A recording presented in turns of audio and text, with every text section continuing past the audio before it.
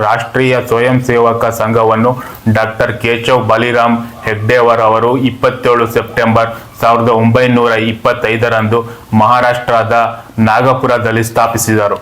ಅವರ ಉದ್ದೇಶ ಭಾರತೀಯ ಸಮಾಜದಲ್ಲಿ ಏಕತೆ ತರಲು, ಯುವಕರಲ್ಲಿ ದೇಶಪ್ರೇಮ ಮತ್ತು ಶಿಸ್ತು ಬೆಳೆಸಲು ಹಾಗೂ ಭಾರತೀಯ ಸಂಸ್ಕೃತಿಯ ಮೌಲ್ಯಗಳನ್ನು ರಕ್ಷಿಸಲು ಒಂದು ಸಾಂಘಟಿಕ ವೇದಿಕೆಯನ್ನು ನಿರ್ಮಿಸುವುದಾಗಿತ್ತು.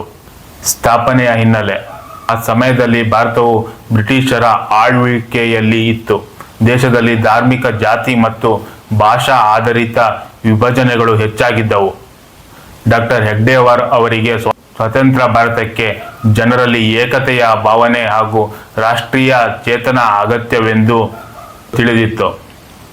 ಈ ಕಾರಣದಿಂದ ಅವರು ಒಂದು ಶಿಸ್ತುಬದ್ಧ ಸೇವಾ ಮನೋಭಾವದ ಸಂಘಟನೆಯನ್ನು ಪ್ರಾರಂಭಿಸಿದರು. ಅದೇ RSS.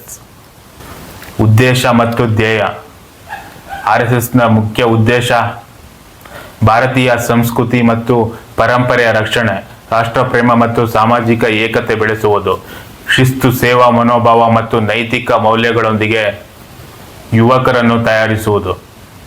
ಸಂಘದ ಸದಸ್ಯರನ್ನು ಸ್ವಯಂ ಸೇವಕರು ಎಂದು ಕರೆಯುತ್ತಾರೆ. ಅವರು ಪ್ರತಿದಿನ ನಡೆಯುವ ಶಾಖೆಗಳಲ್ಲಿ ವ್ಯಾಯಾಮ, ಪ್ರಾರ್ಥನೆ ಮತ್ತು ರಾಷ್ಟ್ರಭಕ್ತಿ ಪಾಠಗಳಲ್ಲಿ ಭಾಗವಹಿಸುತ್ತಾರೆ. ಸ್ವಾತಂತ್ರ್ಯ ನಂತರದ ಬೆಳವಣಿಗೆ: ಭಾರತ ಸ್ವಾತಂತ್ರ್ಯವಾದ ನಂತರ RSS ಸಮಾಜ ಸೇವೆಯಲ್ಲಿ ತೊಡಗಿಸಿತು.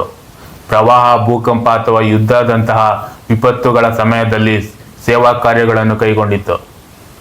RSSನಿಂದ ಅನೇಕ ಸಂಸ್ಥೆಗಳು ಹುಟ್ಟಿಕೊಂಡಿವೆ. ಅವುಗಳಲ್ಲಿ ಪ್ರಮುಖವಾದವು ಭಾರತೀಯ ಜನಸಂಘ, ನಂತರ ಭಾರತೀಯ ಜನತಾ ಪಕ್ಷ BJP, ವಿಶ್ವ ಹಿಂದೂ ಪರಿಷತ್ VHP,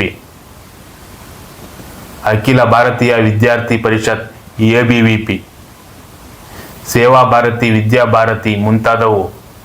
ಪ್ರಸ್ತುತ RSS ಇಂದು RSS ಭಾರತದಲ್ಲಿ ಅತಿ ದೊಡ್ಡ ಸ್ವಯಂ ಸೇವಕ ಸಂಘಟನೆಯಾಗಿದೆ.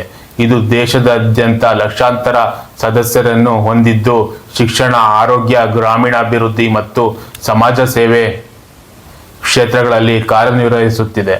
RSSನ ಪ್ರೇರಣೆಯಿಂದ ಅನೇಕ ರಾಜಕೀಯ ಮತ್ತು ಸಾಮಾಜಿಕ ಚಳುವಳಿಗಳು ರೂಪುಗೊಂಡಿವೆ. ಪ್ರಮುಖ ನಾಯಕರು: ಡಾಕ್ಟರ್ ಕೇಶವ ಬಲಿರಾಮ್ ಹೆಗ್ಡೇವರ್ ಸಂಸ್ಥಾಪಕ, ಮಾಧವ ಸದಾಶಿವ ಗೋಲ್ವಾಕರ್ ಗುರೂಜಿ ಸಂಘದ ವಿಸ್ತರಣೆಯಲ್ಲಿ ಪ್ರಮುಖ ಪಾತ್ರ, ಬಾಲಾ ಸಾಹೇಬ್ ದೊರೋಸ್, ರಾಜೇಂದ್ರ ಸಿಂಗ್, ಕೂಸು ಸುದರ್ಶನ್, ಮೋಹನ್ ಭಾಗವತ್ ನಂತರದ ಸರಸಂಘದ ಸಂಚಾಲಕರು.